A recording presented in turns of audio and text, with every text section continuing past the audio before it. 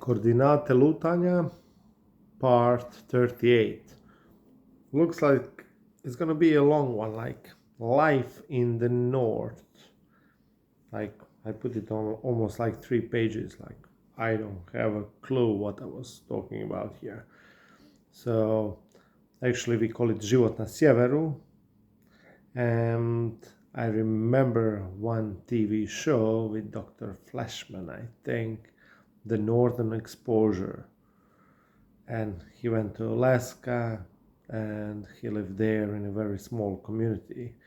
So I'm too old, so I remember that show. If you're not that old, probably you don't have a clue what I'm talking about.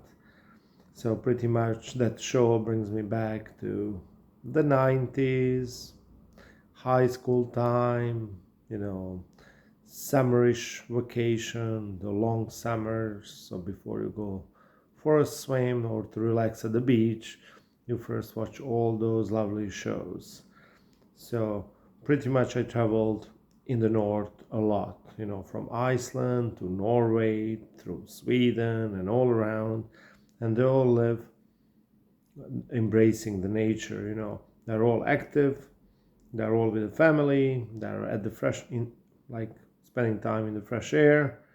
And pretty much I met more people on the top of the mountains and hills than in the urban areas. So, and I was like complete stranger, I was not dressed up like as they are dressed up, to hike around. But I like to be all around the place and to see the new things. So I try to accommodate myself for the life in the north, but hardly I belong somewhere north. So lovely, lovely cities, Scandinavian countries, very peaceful and quiet part of the world, lots of social distancing, not so many laughs, place for the meditation. Sometimes I heard the sirens of the fire squad because everything is wooden and lots of things can burn. Going through the fjords, and pretty much, I haven't met many people from the former Yugoslavia and the Balkans, which is like very strange. Maybe they've been working, which is strange for us, but pretty much not so many people I've found in, especially not in Norway.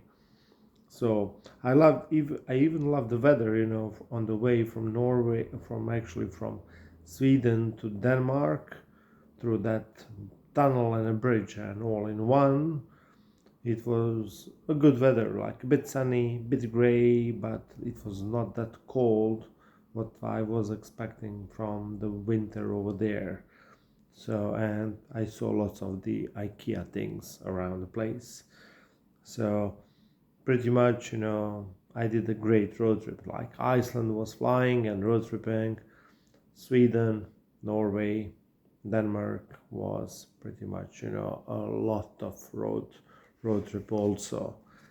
So as far as I knew, like Scandinavia was like a fairy tale, like Anderson Brothers and all that kind of stuff, But I saw many people, addicted to drugs, homeless people, and I was like freaking out. Like, this is not Scandinavia. I was thinking all about. I was thinking more about the Vikings and that everything is, by the rule.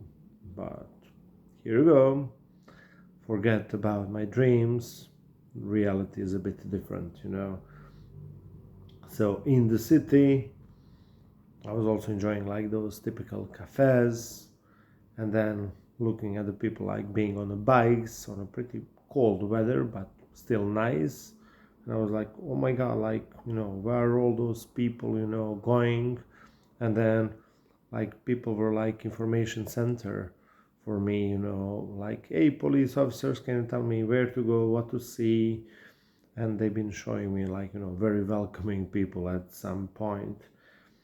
And as I was enjoying the time in Scandinavian countries, they told me one thing: there is no bad weather, there is only bad equipment and a bad gear. And imagine somebody who lives in Dubrovnik like myself all my life, believe me, I don't even have a winter jacket, but I was brave. So I love the idea of going to the nature, to their parks, to the national parks. They don't charge anything because, as I told you before, they are embracing the nature. So as I was there for a longer period of time, there's no mean of transportation I didn't try, in the eyes of fire, snow and like not almost blood. I said like Game of Thrones reminds me a lot of Iceland. Been there, with the bus, with the train, by car, doing some trekking and all that kind of stuff. And pretty much, I was also a bit depressed before I was leaving all those Scandinavian countries. And at the very end, I almost got into the tourist trap. The guy who is like a wannabe Viking, making his living, which is a good thing, taking photos with all the tourists and the strangers and then selling it.